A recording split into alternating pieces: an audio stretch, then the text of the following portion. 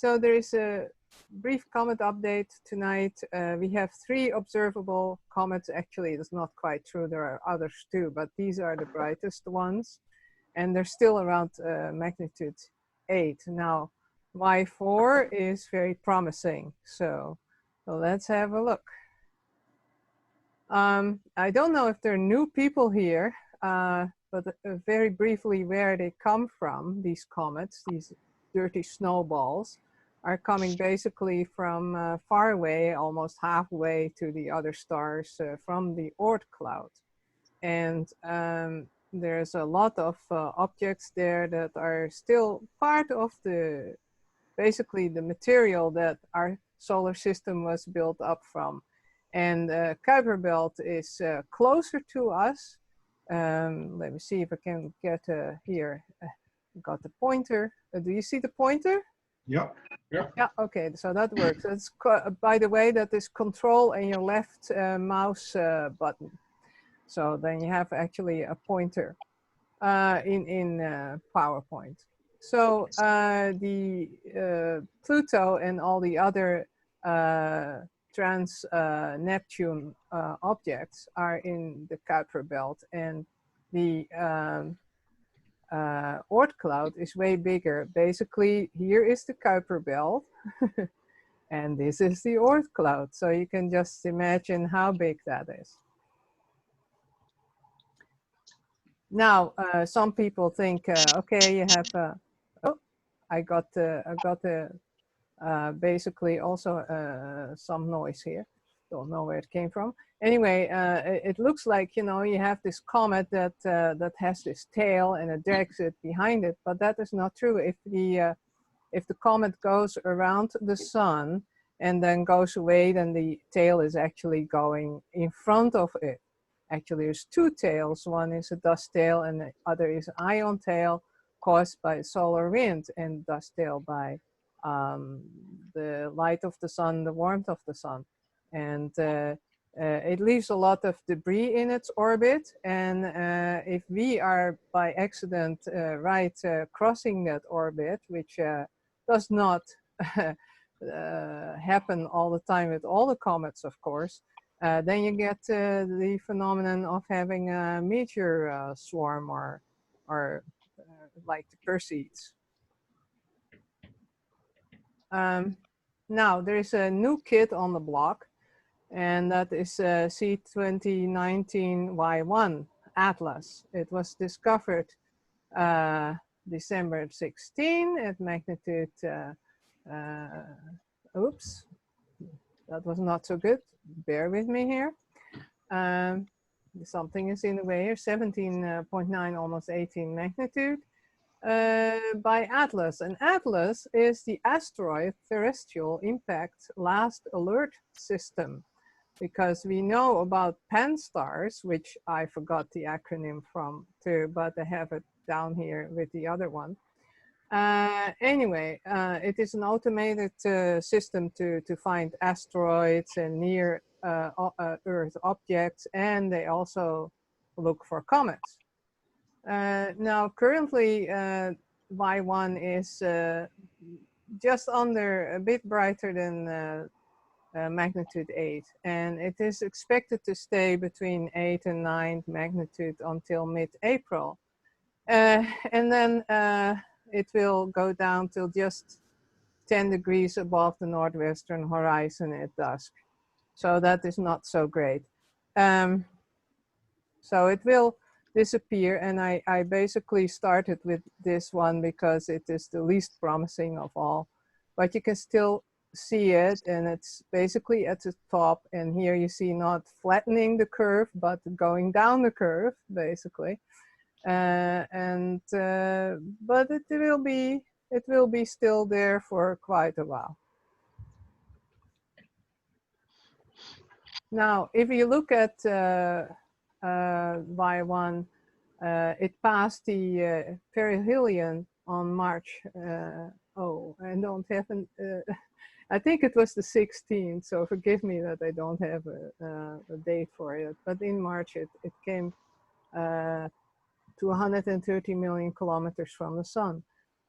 If it would have crossed the ecliptic in October last year, then it would have been close to the Earth, and we would have seen it at a distance of 12 million kilometers, and it would have been just a marvelous show. But of course, this did not happen. Anyway, it's possibly a fragment of the 1988 A1 Liller, like also Tabor and Swan, who are also suspected to be fragments of Liller. Now, Y1 is becoming circumpolar, and that is one word, I think. And the finder chart is by Seiichi Yoshida of ArithNet. Let me see here. Right now, it is here. So, and then it goes down, right, past Cassiopeia and down, down, down. It goes 1 degree by Dubhe of Ursa Major, Big Dipper, and zoom, it goes on like that. And then we might not see it anymore. So now to have a little bit a better idea, what we will see in the next slide is a more detailed finder chart, and it shows these two, NGC 185 and 147. And of course, here is M31, Andromeda Galaxy. It will go sort of like this, bang. And keep these two in mind. And now,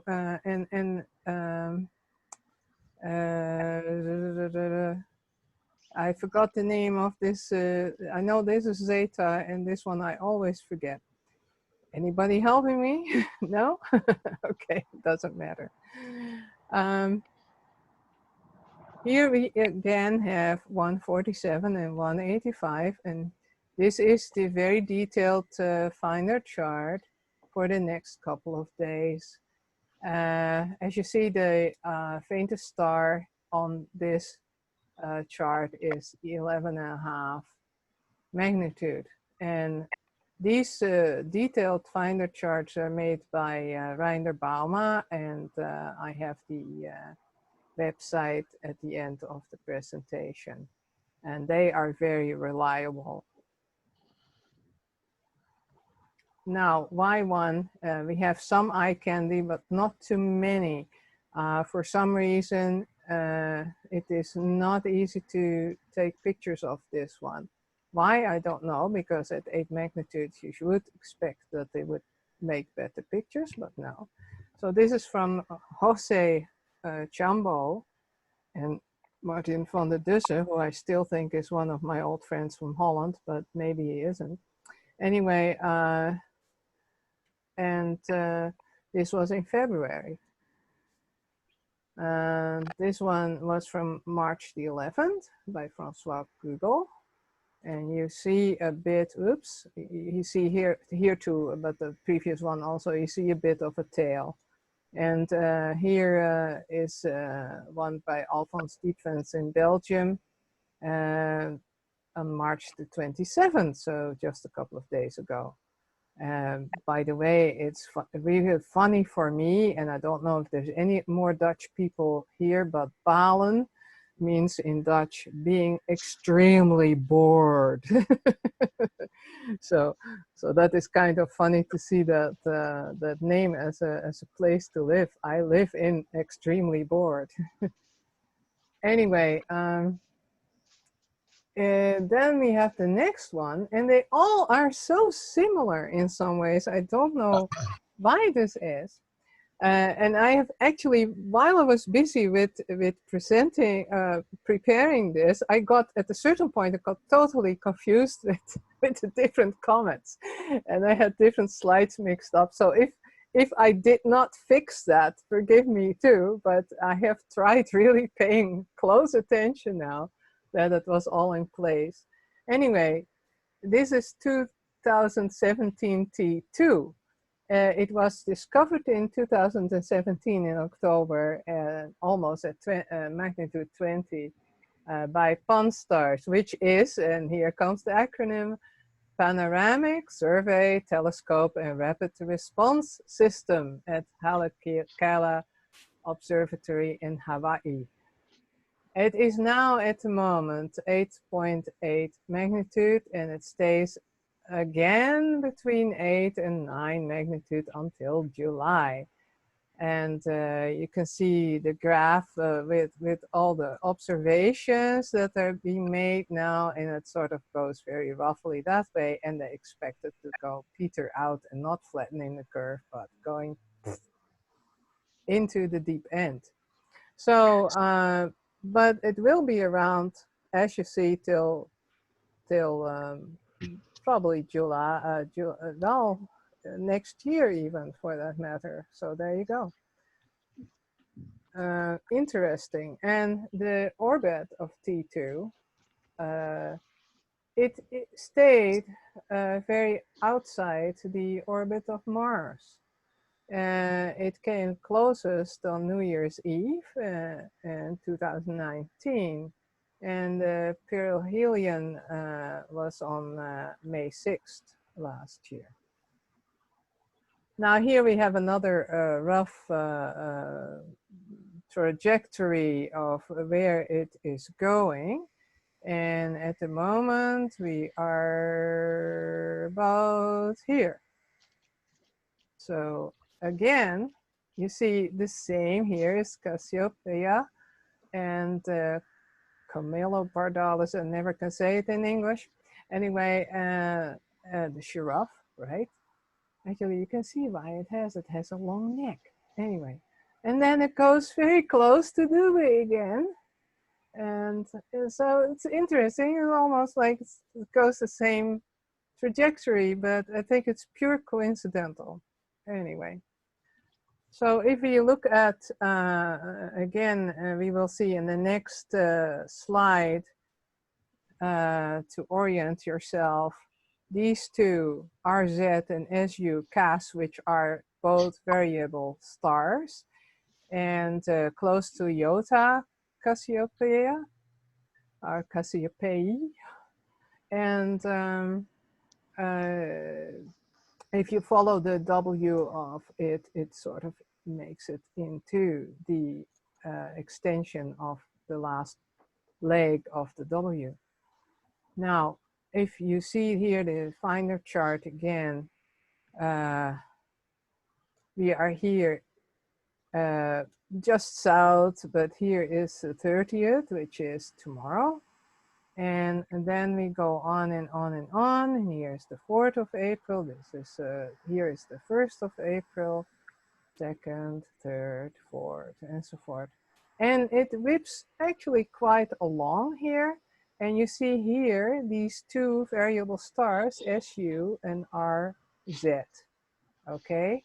And so you can, if you have that in a nice atlas, you can easily find them, of course, now with all motorized and computerized telescopes. It shouldn't be much of a problem to find them anyway.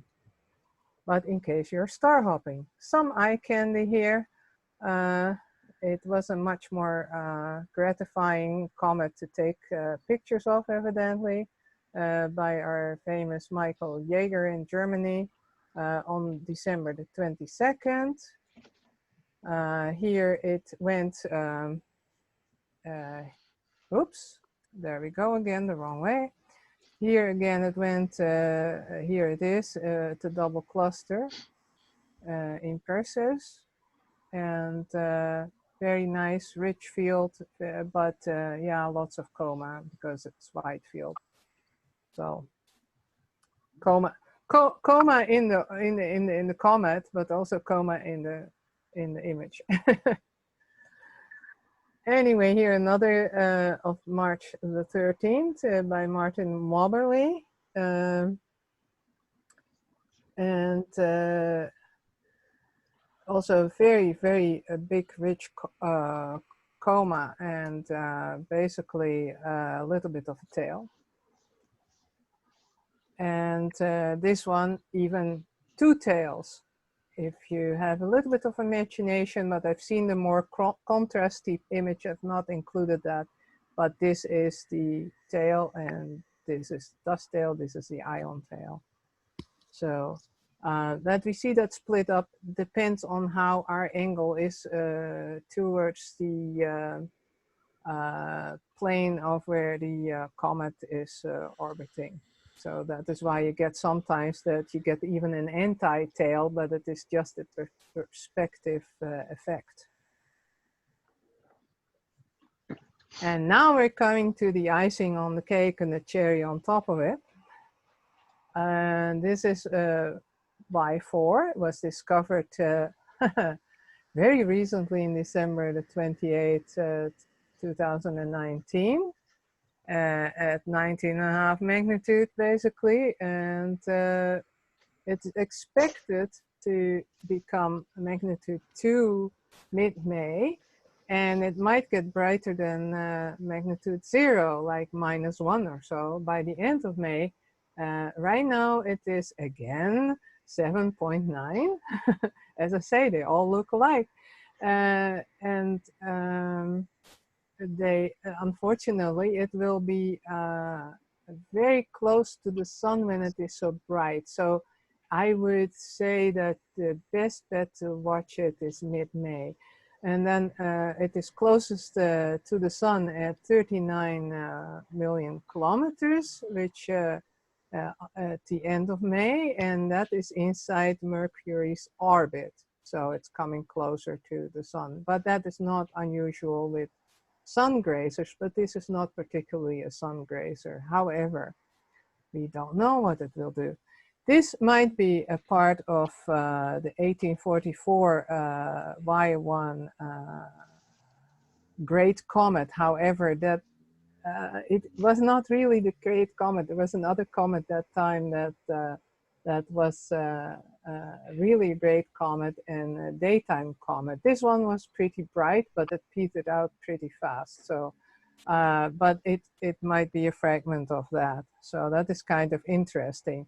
It seems that we encountering a lot of fragments. Actually, just lately another comet has been discovered, maybe that it is a fragment of something else, and they're all enthusiastic discussing it on the Comet mailing list. Lots of discussion, yes, no, and all that jazz. But it's interesting to follow it. Anyway, this is how far we have come in observing it. The expectation is that it goes this way, and then it will peter out again. That is the expectation, but you know, we'll see. Here it's May, right? And then July, well, we don't know what we will see, and there's even an expectation maybe it's falling apart because it was brightening so fast, but that is not confirmed yet. Here we see the orbit again, coming here from the north and then dipping south underneath the ecliptic. Here you see the orbit of Mercury, and it's coming really inside of it, and we are over there when it's coming close to that, and that will be the time that it will be more visible.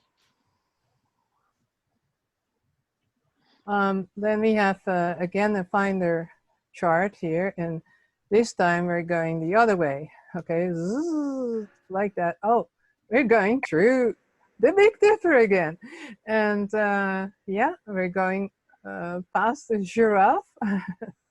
At the moment, we are right here, well, right here, sort of, and then it goes down to Perseus and down, down, down more. So you see here, we will be here with Taurus and coming not far from Aldebaran, but that will be after the perihelion. So I'm really curious if it will survive, and it will go right to Orion there. Now, if you look here and cannot really orient too much in this one, you have to go with an atlas and see. But here's NGC 1305. And sorry, I didn't have my little pointer up. 26th of, and here is basically where we are now, hereabouts. And then it goes this way. So this is quite a reasonably bright star, 5.5 magnitude. So you can compare these stars with the comet and then make an estimate, keeping in mind that it is a diffuse object versus a very stellar object, and the trick is to get everything as much out of focus so that it all has sort of the same diameter, that it looks like that, and then you can make estimates. Some really nice eye candy pictures here. We have the Owl Nebula and 108, and there is the comet. And that was again by Michael Jaeger in Germany on February the 25th.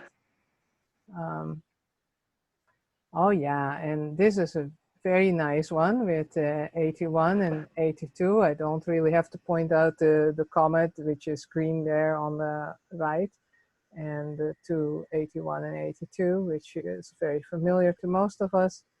And but maybe for the people that don't know, this is these are the two pairs, and here's the comet.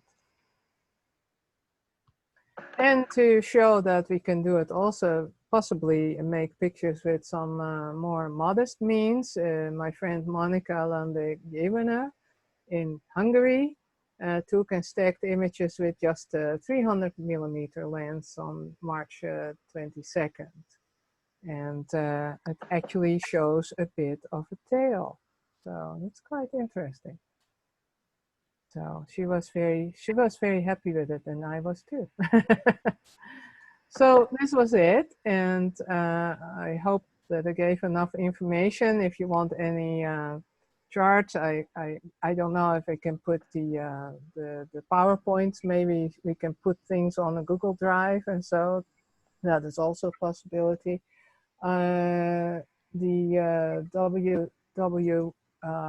Whoops, it's always, I click on it while I don't have the control key down. But this is the place to get the comet charts with the comparison stars, and then other apps like Sky Safari, Stellarium, Mobile Observatory will help you to orient if you don't have a hand atlas, basically, which I still prefer in a lot of ways. I don't like electronics all that much, despite me being a computer person. I like things in my hands better than in the bush, but now I'm getting on very slippery slope here. Thank you very much, and please stay safe, and I hope we have a lot of dark skies and clear skies. It's very transparent now. So thank you very much.